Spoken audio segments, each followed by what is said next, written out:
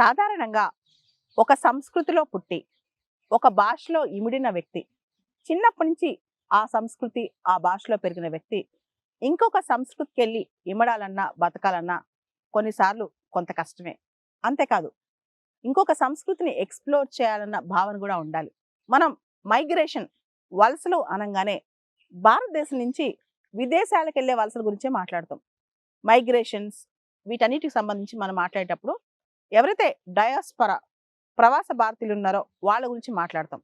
అయితే మనం తెలుసుకోవాల్సింది మన దేశంలో కూడా వితిన్ ద కంట్రీ దేశంలో కూడా ఒక సంస్కృతి నుంచి ఇంకో సంస్కృతి, ఒక భాష నుంచి ఇంకొక భాష, ఒక రకమైన ఫుడ్ హ్యాబిట్స్ నుంచి ఇంకొక రకమైన ఫుడ్ హ్యాబిట్స్ అలా చేంజ్ అవ్వాలంటే అసలు జరుగుతుందా? మన వాళ్ళు అలా ఇమడగలుగుతున్నారా? దీని మీద కూడా రీసెర్చ్ జరిగిందనమాట. భారతదేశం మనం గమనిస్తే గనక చాలా ప్రాంతాలు, చాలా మతాలు, కులాలు, భాషలు ఇవన్నీ ఉన్నాయన్నమాట. India as a country is more diversified than Europe as a continent. Europe అనే ఖండానికి ఉన్న డైవర్సిటీ కంటే కూడా ఇండియా ఒక దేశంలో ఎక్కువ డైవర్సిటీ ఉందంటే ఆ భిన్నత్వం భారతదేశంలో ఎక్కువ ఉందన్నమాట. అయితే మన దేశంలో దాన్ని ఎక్స్ప్లోర్ చేస్తున్నామా?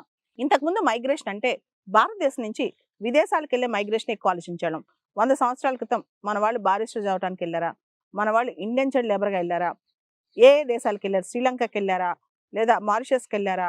ఇలా ఆలోచిస్తూ ఉండేవాళ్ళు అనమాట. కానీ ఇప్పుడు మైగ్రేషన్ తీరు తెన్ను మారిపోయాయి.